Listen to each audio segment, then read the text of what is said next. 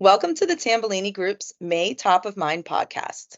I'm your host, Liz Farrell. Today we are discussing the skills shortage that many IT departments are facing in higher education. We know there have been so many delays on projects or other challenges created by the lack of a skilled pipeline available to fill new and open roles. And we're also going to be talking about some strategies for overcoming these hiring challenges by building an internal pipeline of qualified talent. Our guest today is Mary Beaver, who serves as the Director of Enterprise Software Systems at Montgomery County Community College in Pennsylvania. I'm so excited to have her here today with us because Mary is one of the higher education technology leaders who is a paragon of success in building and retaining a high-performing technology team. She's going to take us behind the scenes of how the IT department at MCCC cultivates and nurtures an internal pipeline from IT. Welcome, Mary. Hello, I'm so happy to be here. Thank you for having me, Liz. We're so glad to have you today. And I think our listeners are going to learn a lot from your example of success. But before we dive into that, I first wanted to congratulate you and your team again on winning our 2023 Innovative Technology Team Award. Oh, thank you so much. It was a huge surprise. I did not know that, my boss nominated us, so it was quite a surprise, and I'm so proud of the team. It really just gives validation that we made the right decision, to go with the path that we chose. So I'm just so proud of my team because it's because of their talent that produced the CRM that we have today. Yes, and it was a great story to hear, and I'm looking forward to you sharing more about it with us today. As you know, that's how I first got to know you and know the story of MCCC and all about your team and their accomplishments. So, for background, can you tell us a little bit about this project that won the award for you all? Sure. So my team developed a student service CRM. And prior to that, prior to having the CRM, support was siloed. We did not have a complete picture of the student, issues or student inquiries because everything was being managed through shared email boxes. Specific, like specific issues would go to specific areas. If you had a registration issue, then it went to a registration email. If there was a payment issue, it went to a payment email. There was no complete issue, and it was really hard to provide efficient support, because we couldn't see the complete picture. And we were handling it okay before the pandemic because, people were all in person. And if you're working through a shared, email box and you're all in person, you could basically, you could maybe like yell out and say, "Oh, I'm taking the case of Joni Smith," and Right. someone else is taking like, Bob Brown. But there was really no way within the, email with the shared email box to kind of track who was doing what, the status of the cases. So once the pandemic hit, then we really needed something because, how were we going to manage these cases when everybody was at home? So that really, the pandemic kind of kicked it in full gear. I'm sure a lot of institutions can relate to that dilemma, having that sort of slapdash, okay, you take this, I'll take that, all being in the same room, it suddenly goes away. So tell us, you get into this situation where it's now become an urgent priority. What was the next step there? So, I mean, this is something we've actually been, talking about, actually like back in 2015, the director in enrollment services, she brought up a CRM because she had one at her institution. So it was talked about. And then in 2018, we really started to focus more on it. And I know like in 2019, my boss and I went out to San Diego. We went to the Salesforce conference out there to look at their CRM to see, how that was being used.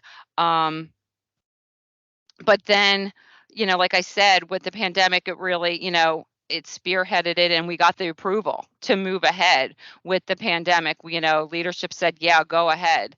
So, then it was the decision like, okay, we've got the approval. So what are we going to do? Are we going to build or are we going to buy a system? So that was the next. decision.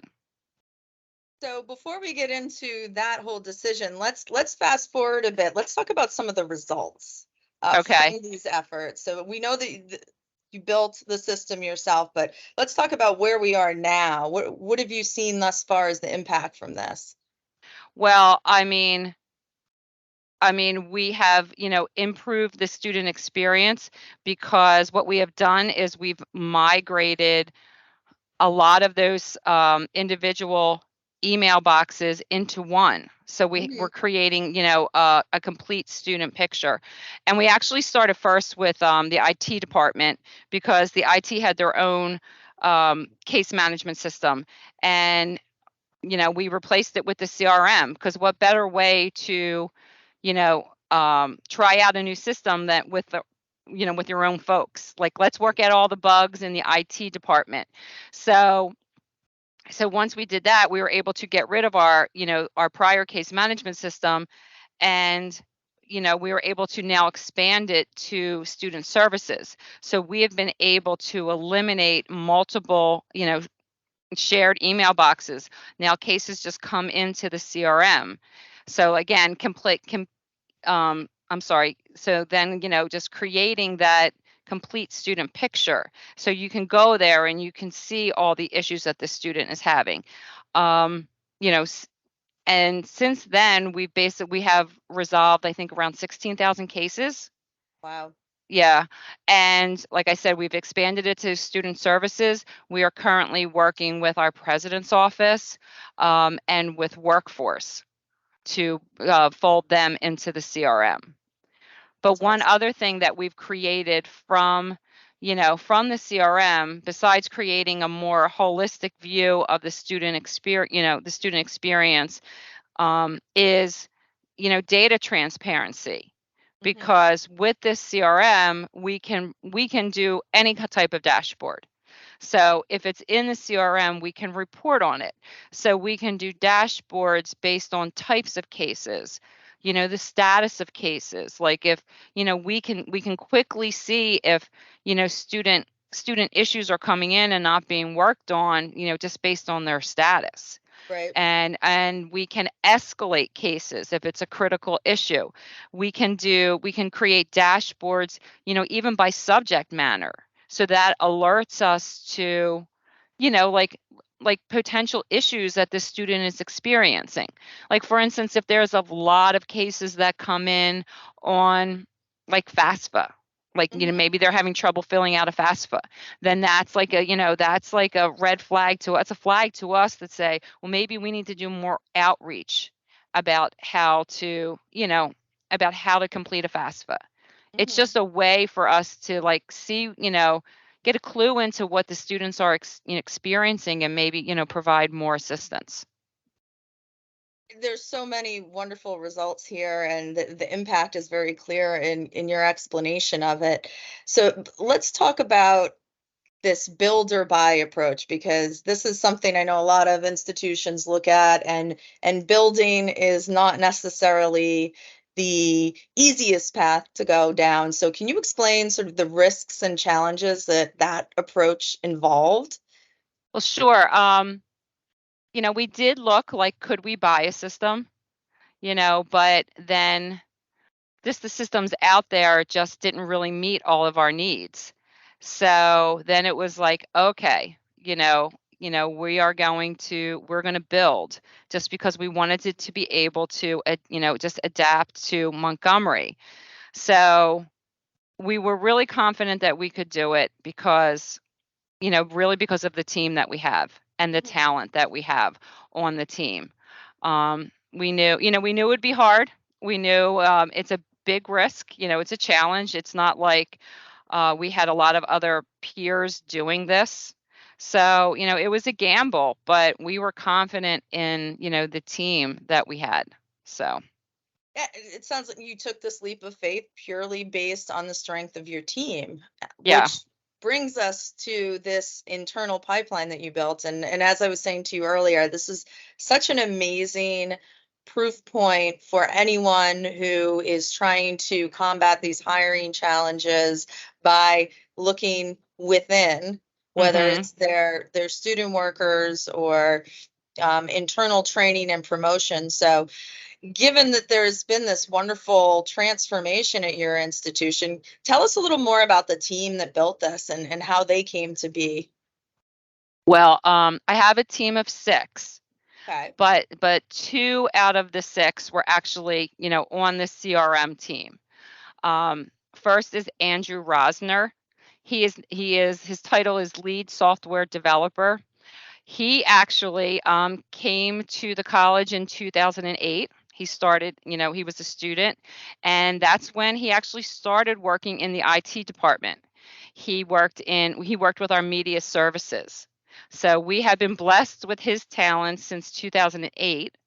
And then, he graduated in 2013 with a computer networking degree.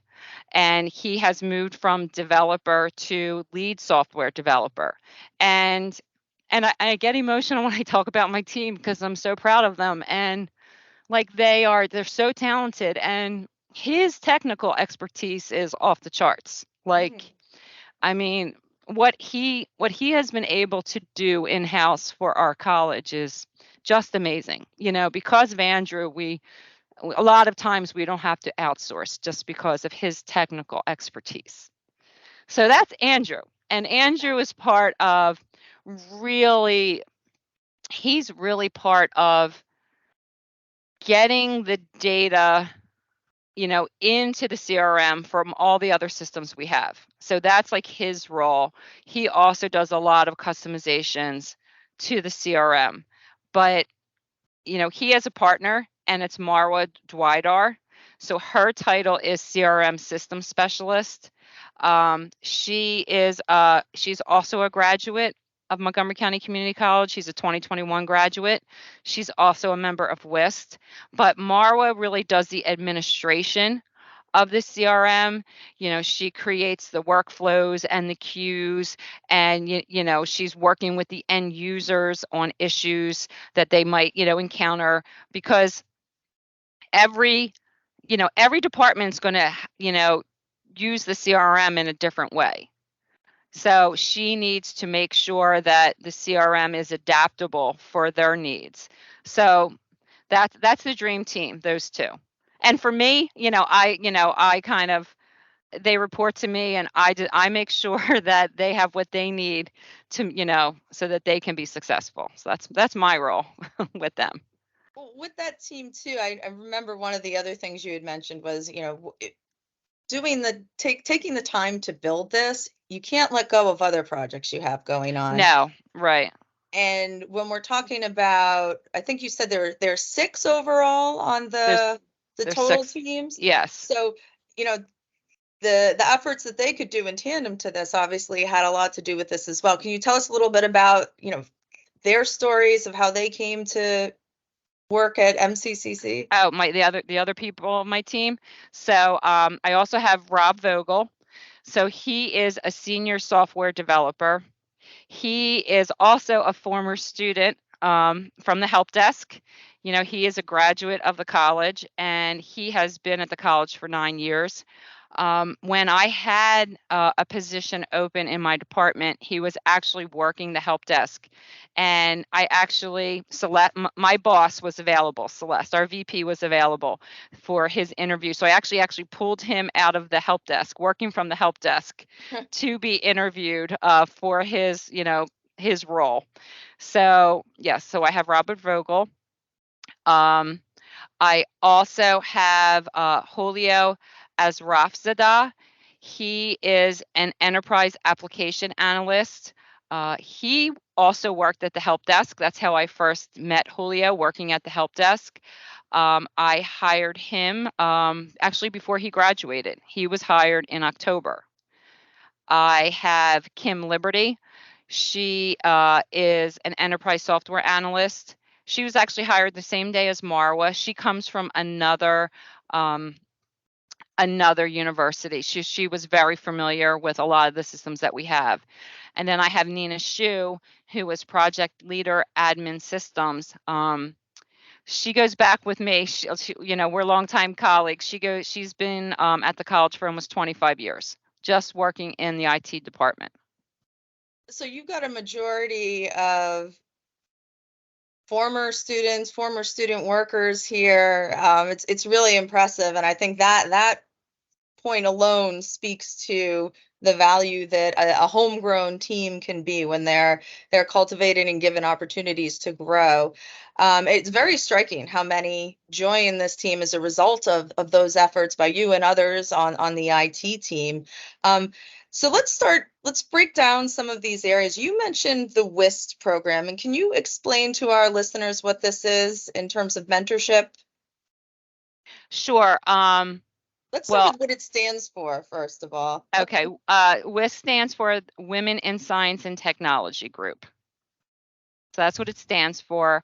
I actually, I had attended in 2017, I had attended an EDUCAUSE panel session.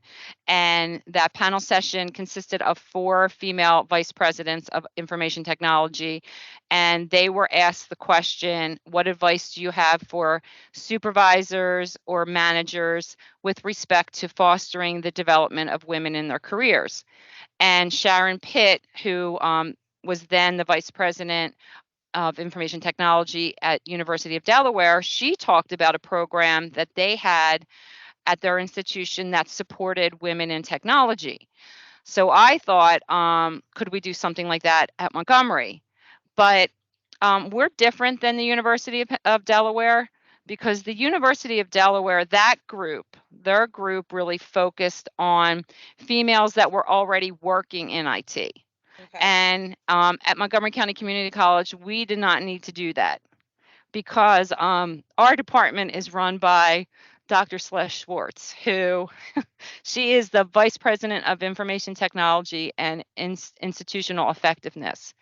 And Celeste has an amazing story, which again, I'll probably get emotional about, because Celeste was the first woman graduate of our first computer science program. Wow. And yes, and that year the college hired 3 students from this graduating class, and she was one of them. So she will be here 53 years in June. Amazing. And actually, Celeste actually took a chance on me. So I'm forever grateful, because I have an accounting background. Mhm. So I ended up, she took a chance on me to work in IT. So, but in our department is 50% women. So Wow. yeah, That's not we're common. we are definitely not the norm. So when we were talking about this, creating this WIS group, like, women were definitely already supported in our department. So we didn't Right. want to focus on that. We wanted the WIS group to focus on female identifying students. We wanted to, increase the number of female identifying students entering the computer science and STEM fields, because, we looked at statistics, and there was, the national statistics showed a decline in women entering, you know, computer science in college Right. and I the mean, STEM not just a fields. disparity, but Yeah, usually, oh, there's a disparity and you see a pipeline that doesn't show it drastically increasing. But I think right, that's just, even knowing that, when you hear it, it's shocking to think it's going in the reverse direction, right, especially with so many technical things becoming so much more central to the work that all of us do. right. And then we looked at our own trends. We ran numbers of, enrollment in programs, and our college was following the same trend. So, WIS was created in the fall of 2019, really based on a passion for increasing the number of females entering the computer science and technology fields. So, our mission is to be a resource to them and to encourage retention and completion in the STEM fields. And how do And you do that? well, and we're not a replacement for advisors. We're not. Right. We're just another area of support.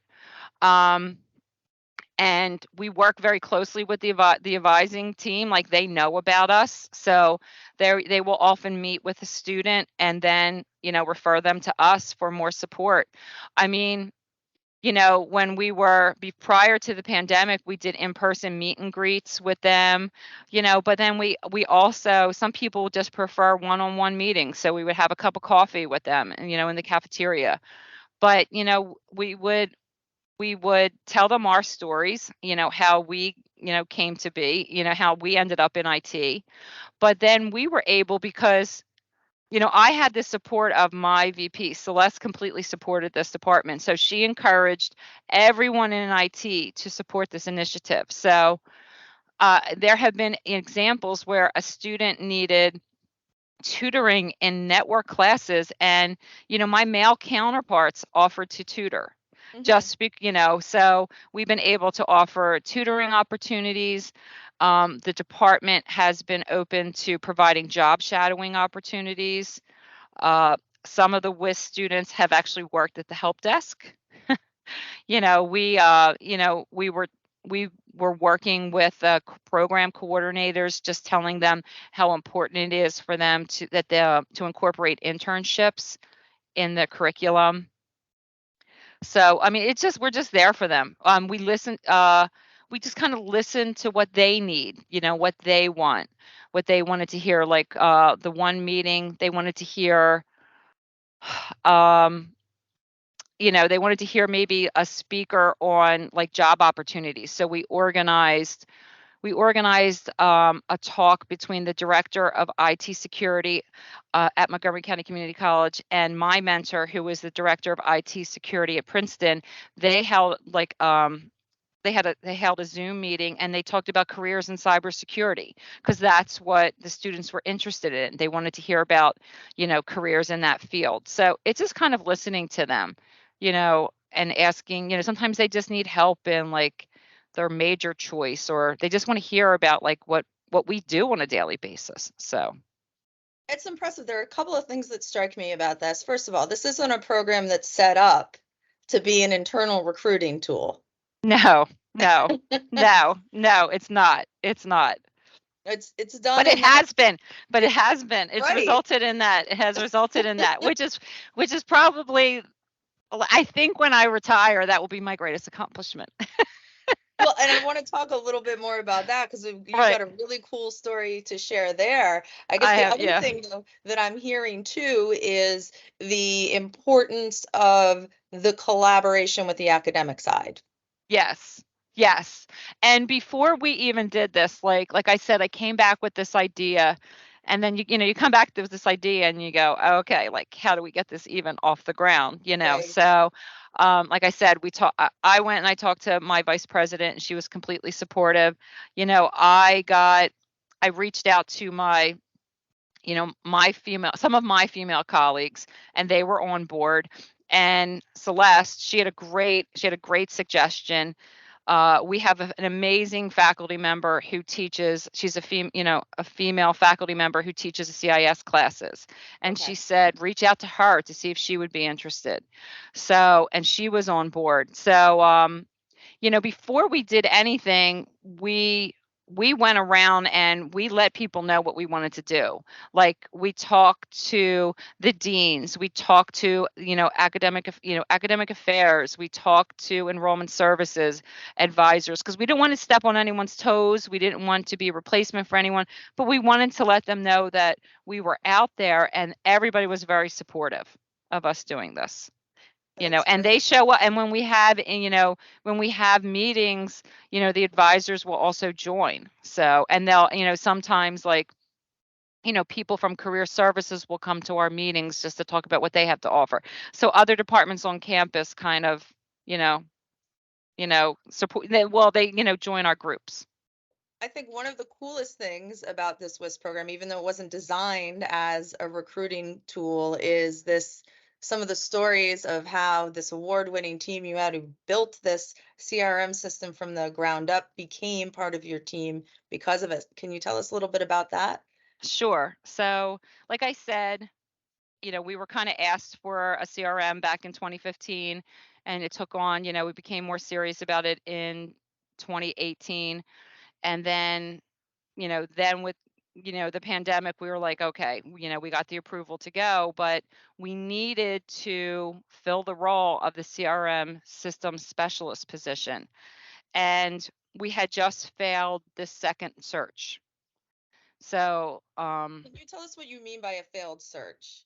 yeah, so when we hire someone at the college, We actually have a committee that is, we have a committee of people that they're on the search committee, and they go through the resumes that are submitted. They decide on, who's going to come in for an interview, and and based on those interviews, they decide to either move the, candidate forward, or not. And there, so there was two searches, and there was no candidate moved forward. So we had two. So if you don't move a candidate forward, you basically fail the search. So we had two failed searches. And people with the skills that we need for this role, they're very popular. There's lots of opportunity for them out there. So, and you know so it's challenging trying to get people. It was challenging trying to get someone for this role. So Marwa was graduating in May of 2021, but Marwa was one of the first participants of the WISP program. So like I said, it started back in fall of 2019, and then we were doing a lot of in-person meet and greets. If you have food, it's always having food at an event is always very popular. So we would have lunches, and so Marwa would attend. She attended our in-person meet and greets, and so Dr. Celeste Schwartz would also attend. So Celeste and Marwa knew each other, just from the meet and greets, and it was graduation. It was the evening ceremony. So Marwa graduated May of 2021, and Marwa was on stage, and she got her diploma, and from our president, and she walked past Dr. Celeste Schwartz, and they kind of exchanged eye contact. And after Marwa walked off the stage, and after this festivities were done, she said to herself, I'm going to do this. She said, I'm going to walk up to Dr. Celeste Schwartz. So she walked up to Dr. Celeste Schwartz. She took her hand, and she said, I want to work in your department. Wow. So that was Thursday night of graduation. And the day after is always our first summer Friday. We have summer Fridays at the college. So I remember I was getting my car washed, and my cell phone rings, and it's Celeste, and she's calling me. And if your cell phone rings on a summer Friday, French, your VP, you're picking it up, Right. so no matter where you are. So I picked up my phone, and she said, Marwa came up to me at after the graduation ceremony, and said, I want to work in your department. So I actually had two positions. So Celeste is like, give me the information, like let me, like I want to see Marwa's grades, and she's a terrific student. So I told Marwa, I said, we have two positions open, and she was interested in the CRM system specialist position. She graduated in May, and she was hired August 16th, 17th of that same year, 2021. And we went live with this CRM system that she was responsible for June of 2022. So 9 months after she graduated. It's such a nice karmic payback there from the time and effort put into WIST and having these failed searches. And then it's almost like this person falls in your lap. But as we know, there was so much work that you put into this program, and others at the institution have as well. I mean, and Marwa didn't have any really background in the CRM. She had to go for training. We provided her with what training she needed. She was able to obtain 2 certificates based on her training. And she didn't have, this was a brand new position. She didn't have like notes from the predecessor. She had to forge her own way in this path, and she's doing amazing. Like, she didn't have anything to fall back on, like, oh, let me see how the person before me did it. This is all brand new, and she's forging ahead. But she was able, before we went live with the CRM, within the first few months, she was able to obtain various Microsoft certificates. So I'm very proud of her. And I have another person from WIST. So I have another person. It's Taylor Bellicue. She was actually the very, very, very first person we talked to um, through WIST. We did a virtual meeting with her. She is a permanent part-time business intelligence analyst. She works on our reporting team. But she was a student at the college. Like I said, she was the very first person that we talked to as part of WIST. And through WIST, she got a job at the help desk. And from the help desk, and she when she's working at the help desk, like you just get exposed to so many things. Um, and this position opened up, and she was hired. She's a permanent part-time position. And she just named, I'm gonna be like a proud mama here. She was just named a transfer pathway honoree of the 2022 All Pennsylvania Academic Team, Wow. which means she's transferring to Westchester on a scholarship which covers her tuition. So she will end up getting her 4-year degree in Westchester. And also having some, I mean, business analysts, when we look at roles that a lot of places need and are having trouble filling, that seems to Yeah, be one of the top ones there. right. Um, so let's talk a bit about the IT student workers. Like there's obviously great results from the WIST and the mentorship efforts and everything, but you mentioned also a lot of these people working at the help desk. Um, you've touched on a bit like how many student workers that you all Mhm. have there. And you had mentioned to me that your help desk is staffed completely by students. Yes, And yes. So our tier 1 help desk team is all student workers who are they are supervised by an administrator, but it's all student workers. okay. Um, so there are currently in our IT department, there are 14 graduates, soon to be 16 graduates of Montgomery that are working in our IT department. In our IT department, I don't have the exact number, but it's like 36 people. So 16 out of that 36 are Montgomery graduates. And of those 16, 9 worked in the IT department while a student. That's amazing. Yeah. That's got to be one of the highest percentages out there, I would think. Mhm. Yeah. Um, there Yeah. was And sorry, go ahead. some of the alumni working in IT now are the executive director of information technology security and the director of enterprise infrastructure services. So they have gone up the ladder from the help desk.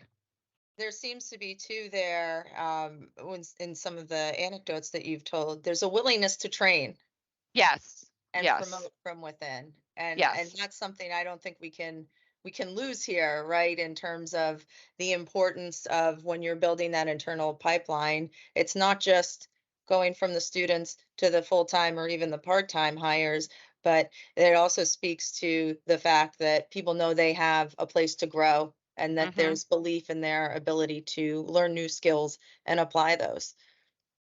Yes. You had mentioned to me, with this help desk being mostly staffed by students, there was a quote that you had said that really stuck with me, and that was that the fastest way to cultivate someone and bring them up to speed is assign them to work at the help desk. Mhm. Can you explain what you mean by that? Yes, because if you are a tier 1 staff working at our help desk, you are going to get exposed to everything. Every technical issue that a student, faculty, or staff member could experience, they're going to deal with it first. And they are expected to resolve as many issues as they can. So they troubleshoot. They reference knowledge base articles. They work with their supervisor, and at times they will also reach out to others in the department. But they are tasked with, resolving it right at tier 1 and, not escalating it. So they deal with faculty classroom issues, they deal with student login issues. If any student, faculty, or staff are having trouble with any of our systems, they have to troubleshoot that. We have a whole process for electronic forms. They get questions about that. So they're going to see everything. Anything that our IT department supports, they may have to troubleshoot. But on the flip side, what I really like is that we, meaning the IT staff members, we get to observe them in action. We can see how they work amongst the team, the customer service they provide, how they handle stressful situations, how they problem solve. So it goes both ways. You know, they get exposed to, you know, everything that, could fall under IT, and we get to see them. Yeah, they get this 360-degree view. So one of the things that you had also said to me was how the student experience is always top of mind for these students, and because they've lived it. And I'm interested in hearing a little more about how that empathy and understanding informed the work that they did on building the CRM for improving the student experience, and how that was informed by their own experience. Right. Well, improving the student experience is really the backbone of the CRM project. That's why we are doing it, because we want to provide a holistic view of the student. And that is a driving factor behind how we're expanding the CRM to other departments. Decisions on how we are moving forward are always made with the student's interests first. Just, we're currently working with, enrollment services to migrate more of their mailboxes. And again, we are doing it with, well, what is the best interest for the student? That's always the guiding factor. So you provided some very compelling proof points in terms of the benefits that institutions can reap from having strong mentorship programs and cultivating student workers in terms of benefiting the institution for full-time hires. And I know that you had talked about, for instance, you had first had the idea for WIST from Sharon Pitt's program at University of Delaware, but you had to adapt the program to be reflective of what would work at your institution. So we know all schools are unique. We know that they've all got to do their own thing. That makes sense in the context of how they operate and the resources they have available. But I'm wondering if you have any sort of general advice when it comes to either mentorship programs, developing those, or using student workers as possible hires full time that you would provide for our listeners out there. Well, with regarding the mentorship program, the some things I would suggest is, you know, if you have an idea, try to get buy-in with your colleagues, and then maybe research, like, contact other institutions with similar programs. I remember when, we were still trying to form this, I attended sessions at conferences regarding supporting women in tech. I would always go to every session that had that topic. But then if you're really interested in it, like, get the buy-in from your leadership. Get the buy, we talked to our president, we talked to our VPs, we talked to our deans, and then we made ourselves known across campus. Um, and then, we reached out to the students, and we, sent surveys, and we, put polls. We did a survey on the student portal to see if they would be interested in this group, and what kind of services they wanted for us. And then we just kind of followed through, and we offered, the events that they wanted. Regarding the help desk, what I would suggest is reach out to faculty members, because they're a great source of, students that could possibly, work within your department. But then, take a chance, look for people with potential, and train, and give them the training that they need, and take a chance on someone. It's easy to say often, but hard to do. But you've Yes. definitely proven that when you do that, it can be an amazing result for your institution. Mary, I've learned so much from our discussion today. Thank you again for taking the time to join us and share your insights. Thank you, Liz. I appreciate the opportunity. And that concludes this month's Tambellini Group Top of Mind podcast. Thank you for listening. And don't forget to check out our other podcasts, blogs, and resources at thetambollinigroup.com.